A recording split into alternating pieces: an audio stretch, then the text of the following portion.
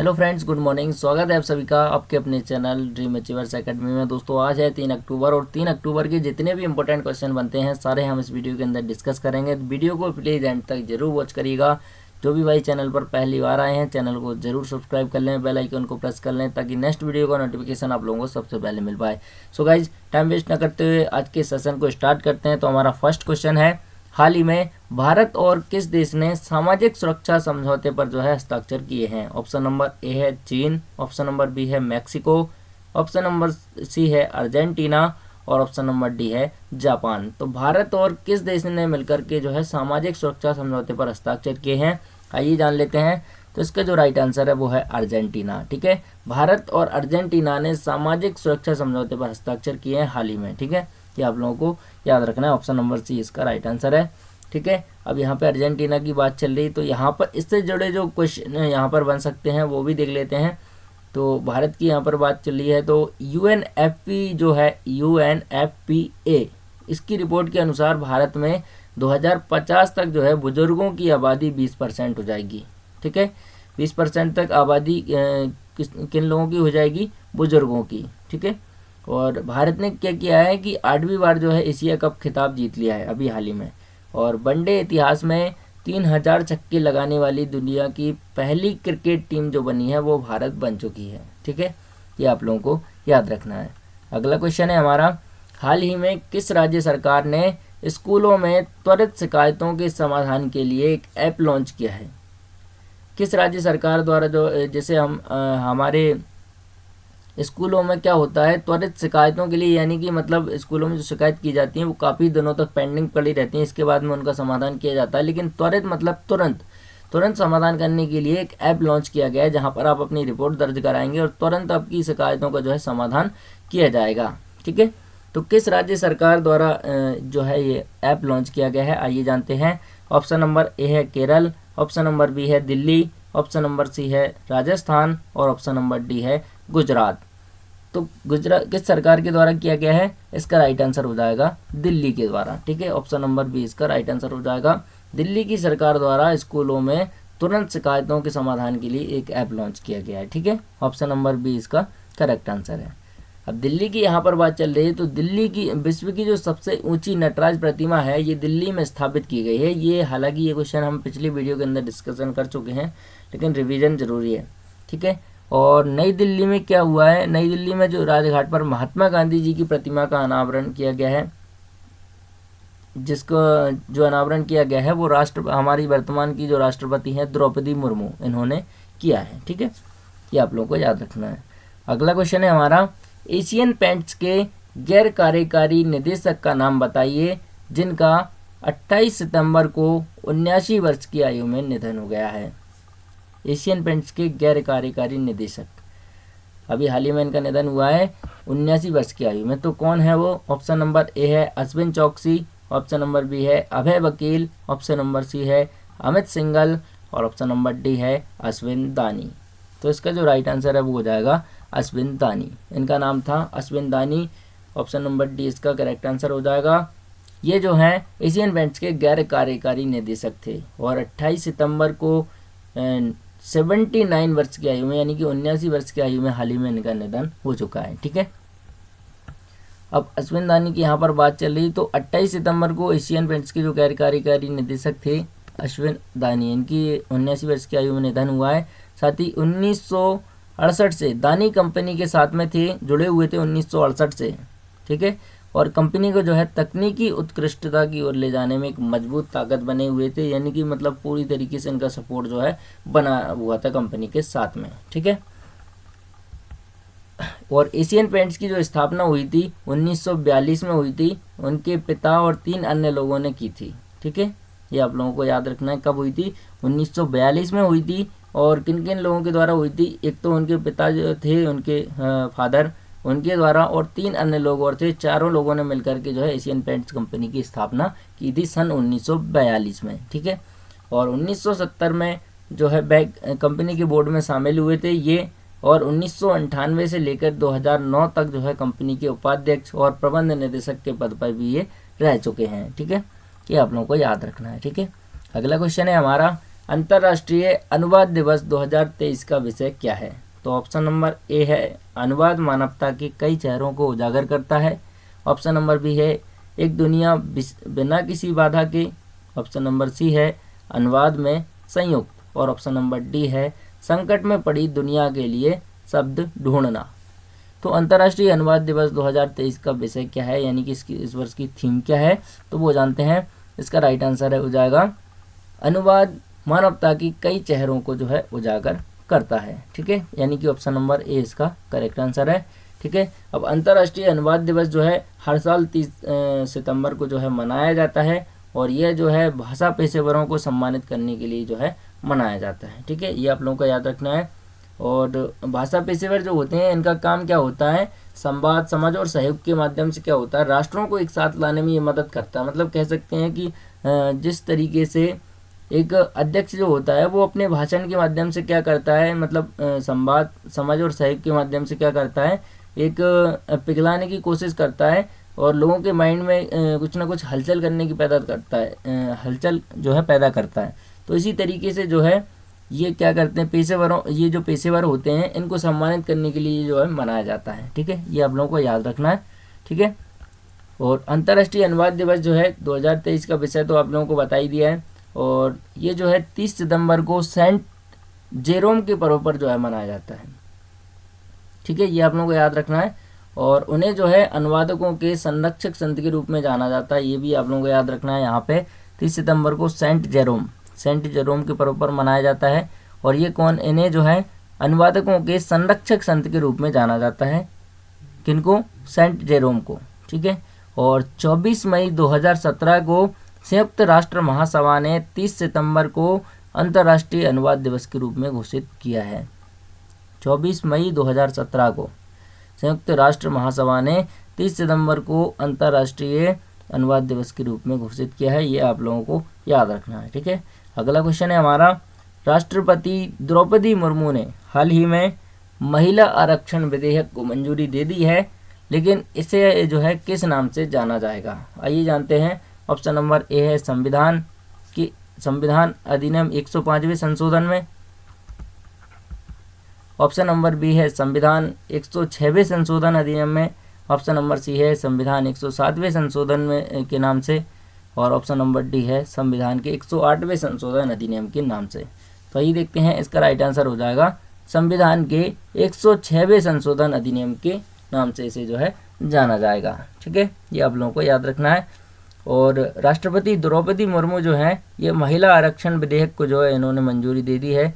साथ ही महिला आरक्षण विधेयक जो है 19 सितंबर 2023 को लोकसभा में संविधान के 128वें संशोधन विधेयक के रूप में जो है इन्होंने पेश किया था। और इससे संविधान जो है 106वां संशोधन अधिनियम के नाम से जाना जाएगा। साथ ही केंद्र सरकार ने कानून के लिए जो है गजट नोटिफिकेशन भी जारी कर दिया है, और जिसे जो है नारी शक्ति बंधन अधिनियम के नाम से भी जो है जाना जाएगा, या फिर कहा जाता है नारी शक्ति बंधन अधिनियम। ठीक है, ये आप लोगों को याद रखना है। ठीक है, अगला क्वेश्चन है हमारा, भारत सरकार ने भारतीय नवीकरणीय ऊर्जा विकास एजेंसी यानी कि IREDA को किस श्रेणी से अनुसूची ACPSE में अपग्रेड किया है?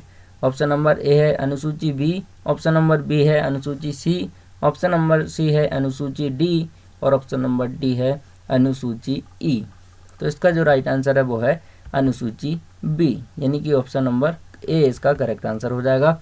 अब भारत सरकार ने क्या किया है कि भारतीय नवीकरणीय ऊर्जा विकास एजेंसी जो है IREDA, इसको अनुसूची ACPSE में जो है अपग्रेड कर दिया है। साथ ही IREDA जो है इसको अनुसूची B श्रेणी से अनुसूची A केंद्रीय सार्वजनिक क्षेत्रोद्यम CPSE में अपग्रेड किया है।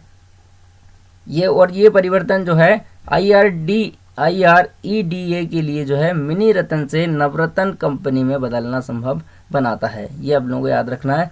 और IREDA जो है इसका नवरत्न कंपनी में उन्नयन इसे बढ़ी हुई वित्तीय स्वायत्तता जो है प्रदान कर सकता है। साथ ही नवरत्न का जो दर्जा रखने वाली कंपनियां हैं इनको अहर्ता प्राप्त करने के लिए अनुसूची A स्थिति वाली मिनी रत्न श्रेणी एक फर्म होना चाहिए, ये आप लोगों को याद रखना है। अगला क्वेश्चन है हमारा, टाटा एडवांस सिस्टम्स का अध्यक्ष किसे नियुक्त किया गया है? ऑप्शन नंबर ए है संजीव मंत्री, ऑप्शन नंबर बी है राहुल नवीन, ऑप्शन नंबर सी है बनमाली अग्रवाल और ऑप्शन नंबर डी है रजनीश कुमार। तो टाटा एडवांस सिस्टम का अध्यक्ष किसे नियुक्त किया गया है? इसका राइट आंसर हो जाएगा बनमाली अग्रवाल। ठीक है, ऑप्शन नंबर सी इसका करेक्ट आंसर हो जाएगा। अब बनमाली अग्रवाल की यहाँ पर बात चल रही, तो इन्हें जो है बनमाली अग्रवाल जी को टाटा एडवांस सिस्टम का चेयरमैन जो है नियुक्त किया गया है। साथ ही आपको बता दें कि टाटा एडवांस सिस्टम के जो चेयरमैन हैं इनका जो है पदभार अभी हाल ही में इन्होंने संभाला हुआ है और इन्होंने क्या किया है, विजय सिंह का स्थान लिया है। इससे पहले हमें यहाँ पर यह भी पता चल गया है कि इससे पहले इस सिस्टम के जो चेयरमैन थे वो विजय सिंह जी थे। ठीक है, और अभी हाल ही में जो जगह ली है वो बनमाली अग्रवाल जी ने ली है विजय सिंह की, और जो कि टाटा एडवांस सिस्टम को में जो है अपने पद से सेवानिवृत्त हो चुके हैं विजय सिंह जी। ठीक है, इनकी हाल ही में जगह ली है किसने? बनमाली अग्रवाल जी ने। ठीक है, अब बनमाली अग्रवाल टाटा एडवांस सिस्टम जो है इसे आज भारत में रक्षा क्षेत्र में निजी क्षेत्र की सबसे बड़ी मोबिलिटी कंपनी जो है माना जाता है, या मोबिलिटी कंपनी के रूप में जो है जाना जाता है। ये आप लोगों को याद रखना है। ठीक है, कोई भी क्वेश्चन कोई भी डाउट हो आप वीडियो के नीचे कमेंट में पूछ सकते हैं। ठीक है, अगला क्वेश्चन है, हाल ही में किसने 2023 के लिए कांतार ब्रांड शीर्ष 75 सबसे मूल्यवान भारतीय ब्रांड रिपोर्ट में अपना शीर्ष स्थान जो है बरकरार रखा है? ऑप्शन नंबर ए है HDFC bank, option number B है इन्फोसिस बैंक और ऑप्शन नंबर सी है एयरटेल बैंक और ऑप्शन नंबर डी है टाटा कंसल्टेंसी सर्विसेज। तो इसका जो राइट आंसर है वो हो जाएगा टाटा कंसल्टेंसी सर्विसेज, यानी कि ऑप्शन नंबर डी इसका करेक्ट आंसर हो जाएगा। अब टाटा कंपनी जो है, टाटा कंसल्टेंसी जो सर्विसेज कंपनी है TCS, इसने क्या किया है 2023 के लिए कांतार ब्रांड शीर्ष 75 सबसे मूल्यवान भारतीय ब्रांड रिपोर्ट में जो है अपना स्थान बरकरार रखा है, मतलब अपनी जगह जो है बना रखी है अभी। और इसकी जो ब्रांड वैल्यू है 43 अरब डॉलर है। कितनी है इसकी ब्रांड वैल्यू? 43 अरब डॉलर है, 43 अरब डॉलर। ठीक है, और भारत की शीर्ष 75 ब्रांडों का संयुक्त ब्रांड जो है मूल्य 379 बिलियन डॉलर है। कितने? 75 ब्रांडों का। यह जो है 2022 से 4% की गिरावट है, ये आप लोगों को याद रखना है। ठीक है, और HDFC बैंक, इन्फोसिस और एयरटेल बैंक भी जो है शीर्ष 4 स्थानों पर अपनी जगह जो है बनाए हुए हैं, ये भी आप लोगों को याद रखना है। भारतीय स्टेट बैंक जो है शीर्ष 5 की सूची में शामिल हो चुका है, हमारा भारतीय स्टेट बैंक। ठीक है, और 2023 में भारतीय ब्रांड रैंकिंग में 4 नए जोड़े गए हैं वे जैसे कि फ़ोनपे 21वां स्थान, क्रेड जो है, शेयर चैट और स्टार। ठीक है, 4 जोड़े गए हैं जिनमें एक फ़ोनपे है, एक क्रेड है, एक शेयर चैट है और एक है स्टार। ये आप लोगों को याद रखना है। साथ ही 2023 में भारत के जो है सबसे मूल्यवान ब्रांडों की जो है 10वीं रैंकिंग है। भारत की सबसे मूल्यवान ब्रांडों की 10वीं रैंकिंग है साल 2023 में। ठीक है, चलिए अगला क्वेश्चन है हमारा, सरकार ने किस महाकवि चिन्नास्वामी सुब्रमण्यम भारती की जयंती को भारतीय भाषा दिवस के रूप में मनाने का प्रस्ताव दिया है? ऑप्शन नंबर ए है 30 सितंबर, ऑप्शन नंबर बी है 10 अक्टूबर, ऑप्शन नंबर सी है 19 नवंबर और ऑप्शन नंबर डी है 11 दिसंबर। तो भारतीय भाषा दिवस के रूप में मनाने का प्रस्ताव दिया है, लेकिन ये किस दिन जो है मनाई जाती है? ऑप्शन नंबर इसका जो राइट आंसर है वो हो जाएगा 11 दिसंबर को, यानी कि ऑप्शन नंबर डी इसका राइट आंसर हो जाएगा।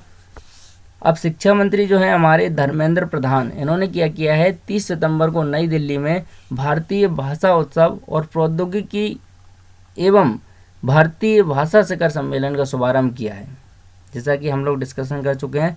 और ये जो है शिक्षा में भारतीय भाषाओं की तकनीकी रूप से समृद्ध भविष्य की जो है दिशा तय करेगा, इसलिए ऐसा किया गया है। ठीक है, और भारत सरकार ने क्या किया है, प्रसिद्ध तमिल कवि और स्वतंत्रता सेनानी महाकवि जिनका नाम है चिन्नास्वामी सुब्रमण्यम भारती, इनके जन्मदिन जो है 11 दिसंबर को है और इसको क्या किया है भारतीय भाषा दिवस के रूप में मनाने का प्रस्ताव दिया है। ठीक है, और भारतीय भाषा उत्सव जो है कब मनाया जाता है, ये 28 सितंबर 2023 से 11 दिसंबर 2023 तक जो है आयोजित किया जाएगा। ऐसी जो है पहल की गई है 28 सितंबर से 2023 से लेकर के 11 दिसंबर 2023 तक जो है आयोजित किया जाएगा। ये आप लोगों को याद रखना है। अगला क्वेश्चन है, लड़कियों और लड़कों के बीच लैंगिक समानता को बढ़ावा देने के लिए CRIIO फॉर गुड किसने लॉन्च किया है? ऑप्शन नंबर ए है केंद्रीय मंत्री अश्विनी वैष्णव, ऑप्शन नंबर बी है केंद्रीय मंत्री Dharmendra Pradhan, option number C है केंद्रीय मंत्री किरण रिजिजू और ऑप्शन नंबर डी है केंद्रीय मंत्री पीयूष गोयल। तो आइए देखते हैं, इसका जो राइट आंसर है वो हो जाएगा केंद्रीय मंत्री धर्मेंद्र प्रधान, जिनका नाम है धर्मेंद्र प्रधान। ठीक है, ऑप्शन नंबर बी इसका राइट आंसर हो जाएगा। ठीक है, अब हमारे जो केंद्रीय मंत्री हैं धर्मेंद्र प्रधान, इन्होंने CRIIO फॉर गुड लॉन्च किया है इन्होंने, और CRIIO फॉर गुड जो है लड़कियों और लड़कों के बीच में जो है लैंगिक समानता को बढ़ावा देने के लिए एक नया ऑनलाइन और जीवन कौशल सीखने का एक नया मॉड्यूल बन जाएगा, या फिर कह सकते हैं कि एक नया मॉड्यूल है। और इस कार्यक्रम का शुभारंभ हुआ है अहमदाबाद के नरेंद्र मोदी स्टेडियम में। ठीक है, कोई भी डाउट हो तो आप वीडियो के नीचे कमेंट में पूछ सकते हैं। ठीक है, तो दोस्तों उम्मीद है आप लोगों को हमारे द्वारा दी गई जानकारी अच्छी लगी होगी। अगर आप लोगों को वीडियो पसंद आती है तो वीडियो को जरूर से एक लाइक करिएगा, अपने दोस्तों के साथ शेयर कीजिएगा। फ्रेंड्स, मिलते हैं इसी तरह की जानकारी के साथ नेक्स्ट वीडियो में। तब तक के लिए टेक केयर, बाय बाय, जय हिंद, वंदे मातरम।